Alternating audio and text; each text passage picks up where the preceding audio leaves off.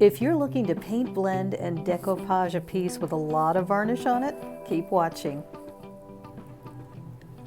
Welcome, I'm Sarah Spencer with Vermont Chalky Paint, and I realized that we've been doing a lot of graystone because it is very popular.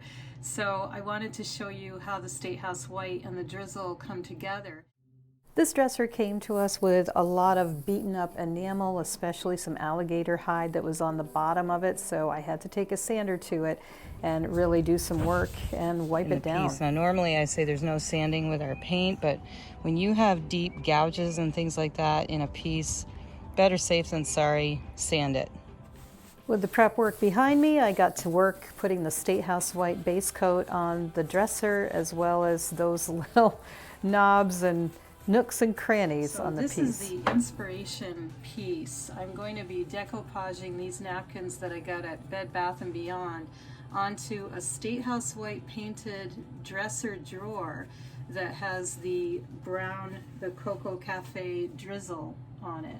So this is the inspiration piece, and I'm going to show you how we get that effect using our Cocoa Cafe inside of the Statehouse White ProPack.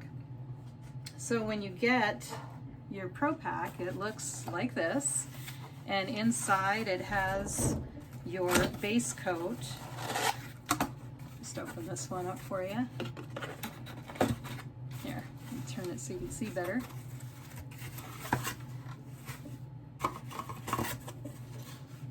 And so everything you need to do your kitchen cabinets, your dresser, this would certainly do a dresser or two. I had someone ask me about doing a bedroom set, and yeah, pretty much one ProPack should be able to do the trick. It comes with a foam brush that I like to use if I'm using the clear coat as a decoupage. I'll use that. You'll see me doing that a little later on with this project because I'm going to decoupage that napkin. This is the Statehouse White, which is the base coat that you put on. And this is the drizzle, the Cocoa Cafe, which I'm going to be working with here shortly. And it comes with one of these phenomenal round brushes. These are the best brushes ever. They're handmade out of the Bronx, New York. Everything, including our packaging, is made in the United States. Our paint is non-toxic, and it's mined and manufactured, made in Vermont. So the first thing you want to do is make sure that your surface is clean and the paint is dry. We've done a couple coats of the base coat on this piece, so I'm just going to move this camera and you can see me work. You want to make sure the surface is completely dry. This is the Cocoa Cafe that comes with your ProPack and the Statehouse ProPack. Now I'm pretty generous here because I want a really dark coat to match that napkin. You might want to go lighter because it's always wise to go lighter because you can always make it darker. It's a little harder to make it lighter once you've gone a little too dark. And a lot of times I let the piece tell me how it wants to be painted. I know that sounds kind of weird, but now I'm just wiping this down with a damp paper towel. A baby wipe works great, but if you don't have one handy, a damp paper towel will do just the same. And then I'm positioning the napkin into place to see if that's going to be a good fit. So I've given this about 10 minutes to dry. It's literally perfectly dry and it's ready for me to decoupage. So a couple of things to keep in mind when you decoupage. One is getting all the layers of the napkin off, otherwise it's going to be difficult for you to decoupage. And the second mistake I see people make is they try to manipulate the piece with the brush. I like to put a coat of the clear coat down first, smooth it out, put my napkin down, and then I put saran wrap over the top of it. So that's what we're going to do. First, I'm just going to position the camera so that you can see what I'm up to with this. Okay, so I also like to mark where the napkin's going to go. So you see these tiny little black marks on here. It's where I can position the napkin so it's going to line up with the other drawers. I've seen some people who do a poster especially, and they put it upside down and it makes a huge mess. So what I was talking about with the layers, this napkin is a great example of that. just when you think you've taken all the layers off, you'll find a second layer in there. So when you're doing this, sometimes you'll see and it looks like that. You want to see the full pattern. That's a good indication that you've gotten all of the layers off. Once you're sure that you've gotten all the layers off, you put your clear coat down first. Shake it gently. I know that the camera is moving quickly here, but shake it gently so you don't want bubbles. And then just wipe it in with the foam brush that's also provided in your ProPack.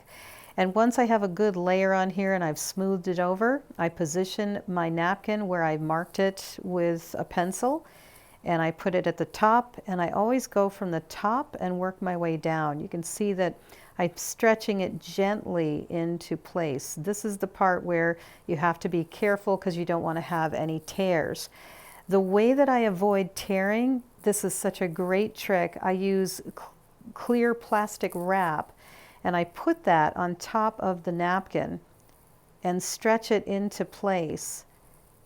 And when I smooth it over, I mean, you can rip the plastic off, and I smooth from the inside and work my way to the outer edges, smoothing it, keeping one hand in place in the center, and then smoothing it with the opposite hand. And you can smooth the wrinkles out of your napkin. And then I see that there's one that I missed, so I'm just going to go back and smooth it over again. Then I take my clear coat, I put another coat on top, and I'm more confident in lightly stroking. Don't get heavy here. And then I can put my plastic back on if I see any more wrinkles coming into the piece.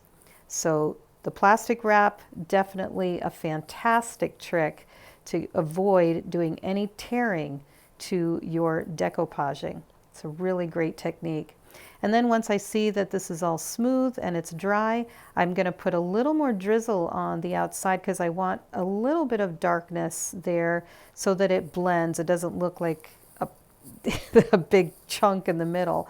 I'm just going to take my brush and smooth it in. And again, I'm going to take a napkin, damp, and just wipe it down again.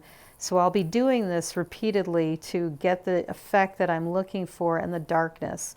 So that's something that you'll see me do over and over.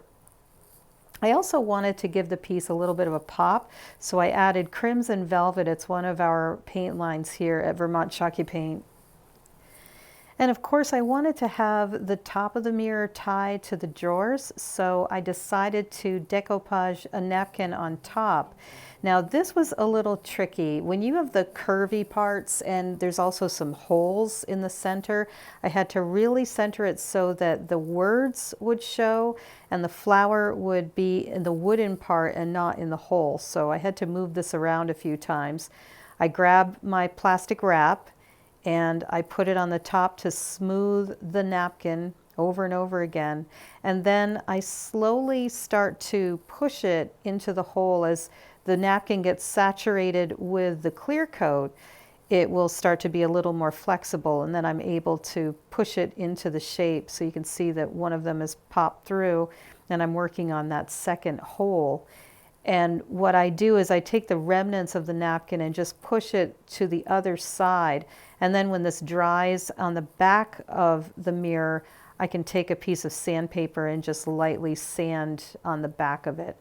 And of course, I'm going to, at the top, start using a dark stain and more of the Cocoa Cafe so that it blends a little better. I wanted to do some more contrast, and I found Vermont Natural Coatings. I still had some of the Ebony left, and I blended that in, and oh, it really made the depth in the piece, and I absolutely have fallen in love with this piece.